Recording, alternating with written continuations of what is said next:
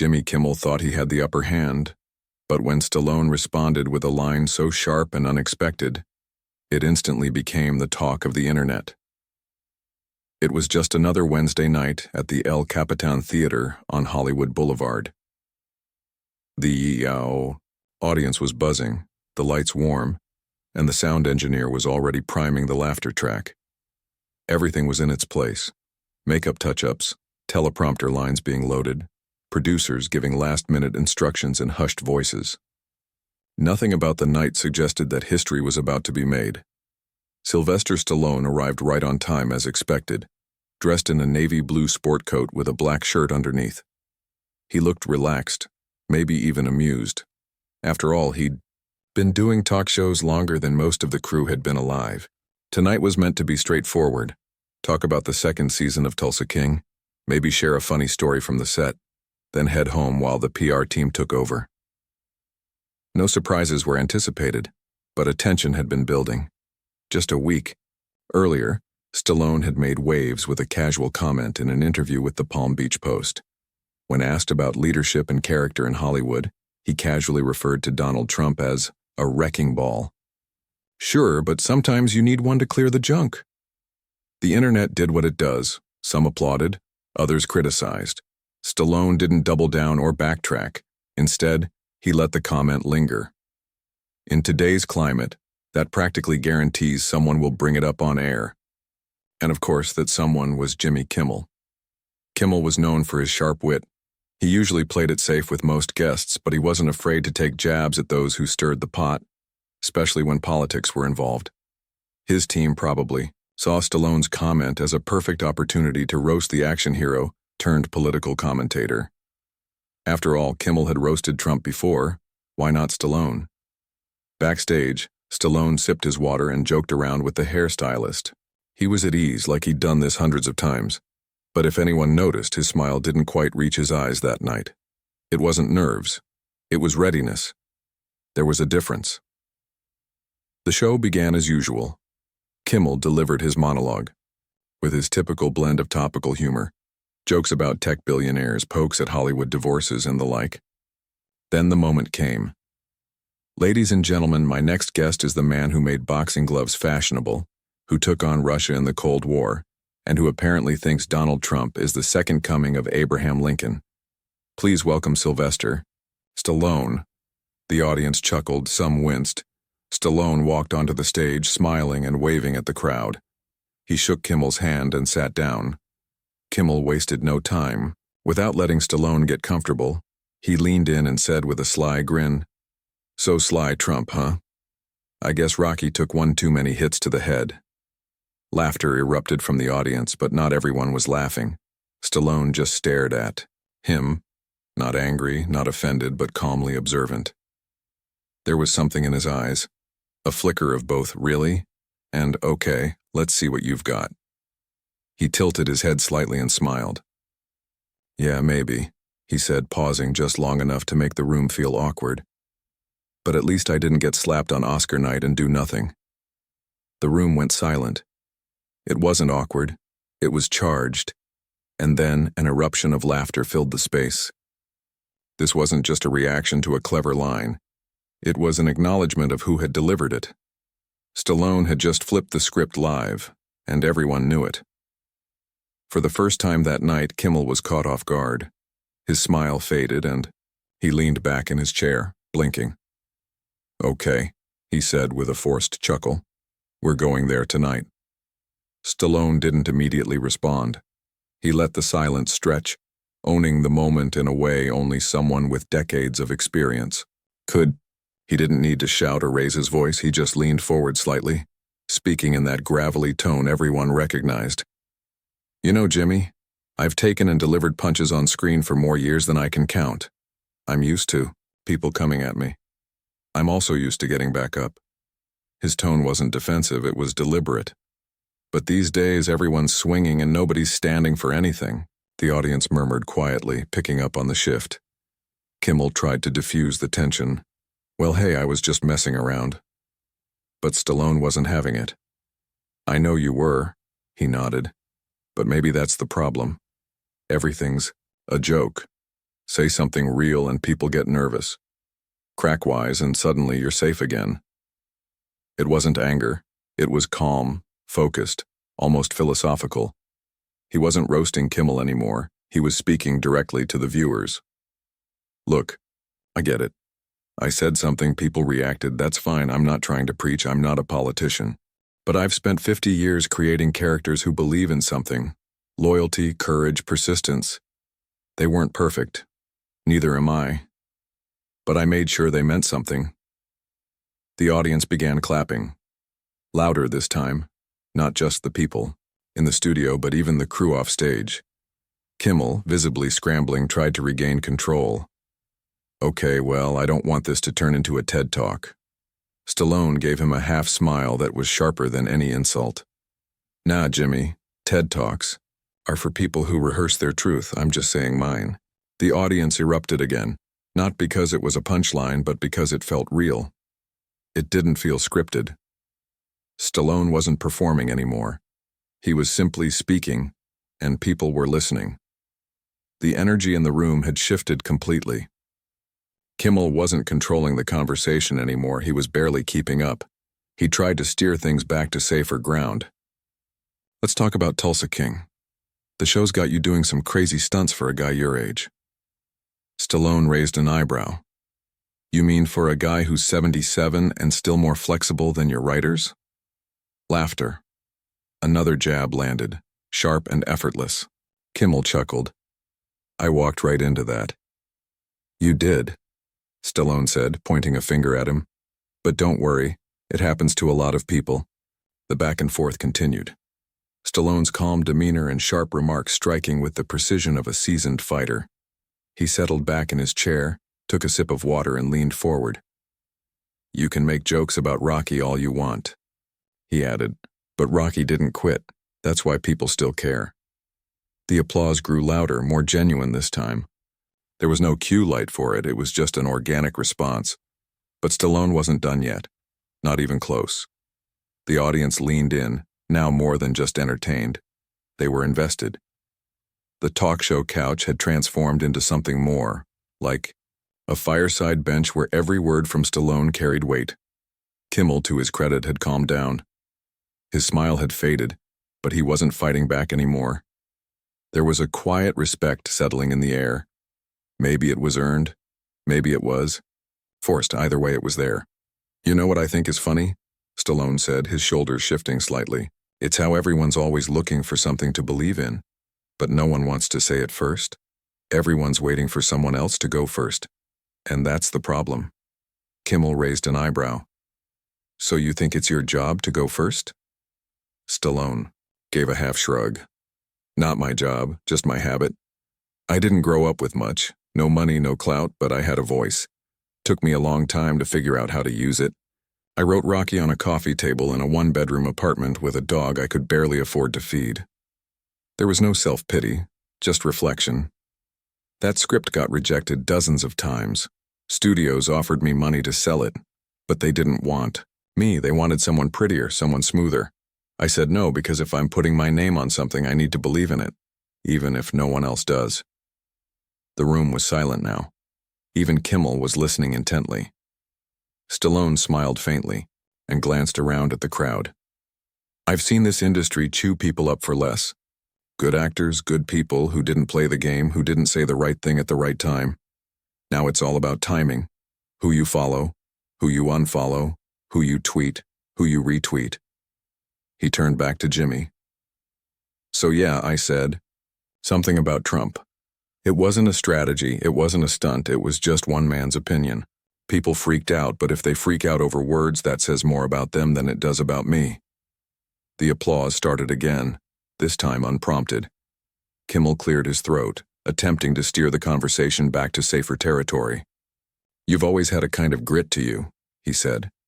Do you think that's what helped you survive Hollywood? Stallone nodded. Grit is the ability to ignore people who act like they know better. You survive this town by knowing when to speak, and when to stay quiet, and when you do speak, mean it. He paused, then leaned forward again. Stallone's words hung in the air, almost tangible, as he continued speaking with a steady calm. "The truth is, Jimmy," he said, leaning forward slightly, "I'm not trying to be right. I'm just trying to be real. And that's what people connect to. That's what lasts." He paused, allowing the weight of his words to settle into the room. The silence that followed felt significant, almost intentional, like he knew that every person in that audience would carry those words with them. "You don't have to agree with everything I say," he continued, his voice softening. "But, I mean it. And that's rare in this business." The sincerity in his tone struck a chord. Kimmel, who had come into the interview with all the sharp wit of a talk show host, now seemed almost disarmed. He wasn't playing the clever host anymore. He was just the guy sitting across from Stallone, realizing that this conversation was growing into something deeper than the typical late-night banter. A young woman in the front row clapped first, and within moments, others joined in. Stallone gave a small nod, a smile, acknowledging their response, but he didn't bask in it. He simply settled back into his chair as if he was at ease with himself and his words. Kimmel tried to steer the conversation back to safer waters. "Let's talk about the new season of Tulsa King," he said, returning to the original reason for the interview. But everyone in the room knew the real moment had already passed. Still, Kimmel couldn't help but probe further. "Sly, you ever think about running for office? The way you're talking, you've got half the country ready to vote for you." Stallone raised an eyebrow, almost as if considering it for a moment. Then, deadpan, he replied, "Only if I get to debate you first." The audience exploded with laughter, and even Kimmel couldn't hold back, laughing along with everyone else. But Stallone wasn't done. He wasn't just making a joke for the sake of a laugh. He was saying something with a purpose. "People always say I'd make a good politician," he said, his tone still measured. "I don't know, I think I'd rather play one in a movie.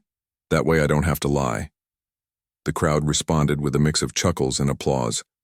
Again, Stallone wasn't fishing for reactions. He was simply speaking his truth.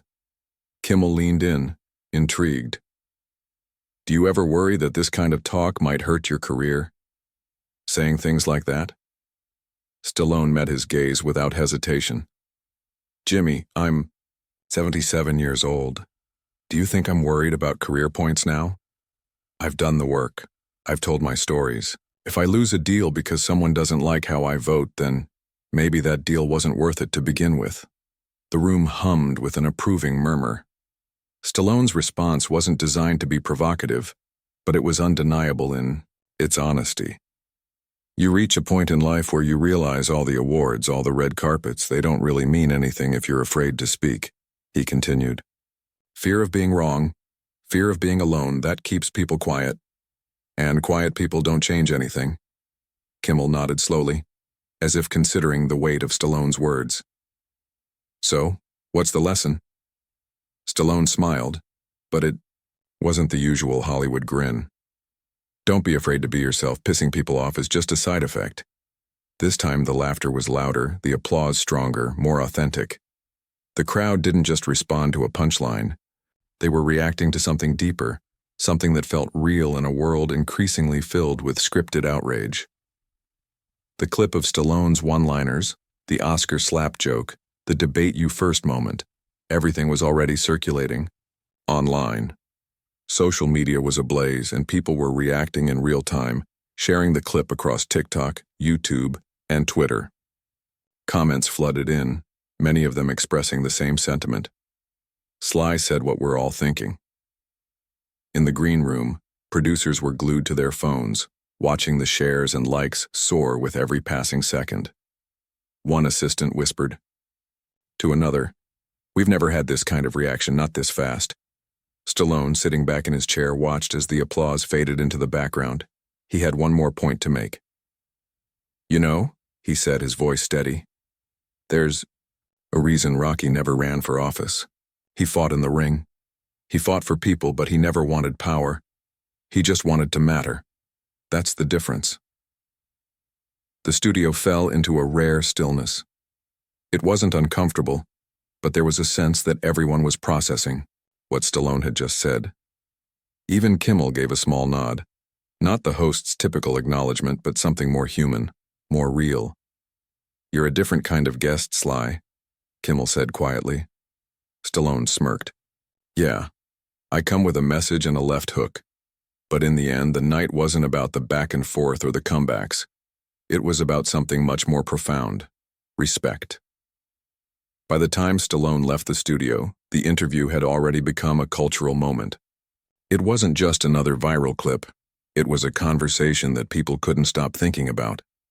The memes were circulating. The quotes were trending. The debate had become bigger than the show itself. Kimmel's control over the interview had slipped. The energy in the room had shifted, and Stallone had taken command in a way that felt natural. He wasn't trying to dominate. He was simply being himself. He wasn't playing a game. And in a world where the noise often drowns out everything else, Stallone had made a simple but powerful statement: authenticity is what people crave, and it's what lasts. The ripple effect continued long after the show ended. In a small Italian restaurant on Fairfax, Stallone shared dinner with old friends, and the waitress told them people had been coming in all day, asking if he was the guy who made Kimmel shut up. Stallone laughed it off. "I didn't shut him up," he said. "I just reminded him I wasn't here to play his game." In the days that followed, the clip continued to make the rounds, inspiring people from all walks of life. In a gas station in Amarillo, a trucker shook his head and muttered, "That's how you talk when you ain't scared of losing anything." In Fresno, a retired teacher told her book club, "I don't care about politics but Stallone." Now, that was character. We need more of that. Character, not celebrity. Character, not charisma. It was the word that kept coming up in conversation. Stallone had done something rare in Hollywood. He'd shown the world that true character doesn't come from the applause or the red carpets. It comes from the courage to speak your truth, no matter the cost. You can't fabricate the kind of presence Stallone displayed. For many, the takeaway wasn't about politics. It was about how to hold your ground when your values are tested. It's about maintaining composure when the easy path would be to appease, smile, or retreat. In Flagstaff, a high school debate, Coach played the clip for her students, not as a political lesson but as a masterclass in poise under pressure. "This," she said, "is how you stand your ground in a disagreement without losing your cool." That kind of calm is rare, especially these days. Stallone reminded people that it still exists, that it still matters. In the days that followed, Stallone remained silent. No tweets, no interviews. He let the noise do what it does, knowing it would eventually fade. Meanwhile, his words continued to echo across social media, and people found themselves asking one simple question: why did this hit so hard? The answer wasn't complex, because Stallone walked into a room where the script had already been written, and then he flipped it without raising his voice. Because he reminded people what authenticity looks like when it's not trying to sell something. Because he stood firm, not with arrogance, but with quiet conviction. Because he reminded us that the most powerful statements aren't always the loudest. They're the ones that don't flinch, and that was the power of the moment. Not just in what he said, but in how he carried it. When the noise faded, when the clip stopped trending, and the world moved on, what lingered was the feeling it left behind. Stallone didn't walk out of that studio as a new person. He walked out exactly the same man who had entered. The difference was we saw something unexpected, not the movie star, not the icon, just the man. And that's why it resonated so deeply. Today, so much of what we see and hear, whether on TV, online, or in everyday life, feels filtered, rehearsed, and safe. Everyone's protecting their image, their brand, their reputation. But Stallone? He didn't care about any of that. He wasn't trying to score points or impress anyone. He simply spoke his truth. And that's rare these days. People notice. When something is rare, even those who disagreed with his views found themselves saying, "Yeah, but he was honest." That's the kind of thing we're missing. Honesty without the theatrics, strength without the ego, opinion without shouting. And maybe that's why the clip got shared so widely. Not because Stallone won a battle on live TV, but because for 5 minutes, someone showed what grown-up confidence looks like. He didn't insult Kimmel. He didn't storm off. He didn't play the victim or apologize to keep his image clean. He just stood steady, made his point, cracked a smile, and moved on. No damage control, no drama, just character. You could see it in the way people talked about the moment afterward. It wasn't just about politics anymore. It was about how Stallone reacted in a time when reactions define who you are. His response was measured, grounded, and respectful. A gym owner in El Paso played the clip during a class break when one of the younger guys asked, "Why is everyone talking about this?" The owner said, "Because that's how men used to talk. Not to romanticize the past, but to highlight something that's been missing. There's quiet strength in standing your ground without stepping on someone else. That's what Stallone did, and that's what made this moment feel bigger than just TV." For those watching at home, the takeaway wasn't just, say what you think, no matter what. It was something deeper. If you're going to speak, know what you stand for. And when you stand, do it without apology but also without hate. That's the kind of presence that stays with people long after the clip fades away. Kimmel moved on. The show moved on. The news cycle churned. But that moment stayed with people. Not because it was loud, but because it was real. And in a world full of noise, real still matters. Maybe the message wasn't political at all. Maybe it was simply human. Maybe Stallone's quiet mic drop was a reminder that strength doesn't need to shout, that dignity doesn't bend, and that confidence isn't about being right. It's about being sure. And that's a lesson anyone from any walk of life, background, or belief system can learn from. So, if this story resonated with you, if it reminded you how important it is to speak with honesty and stand with grace, don't just watch and forget. Share it. Talk about it. Hold on to that feeling. Because when the cameras stop rolling and the applause fades away, what we're really left with is character.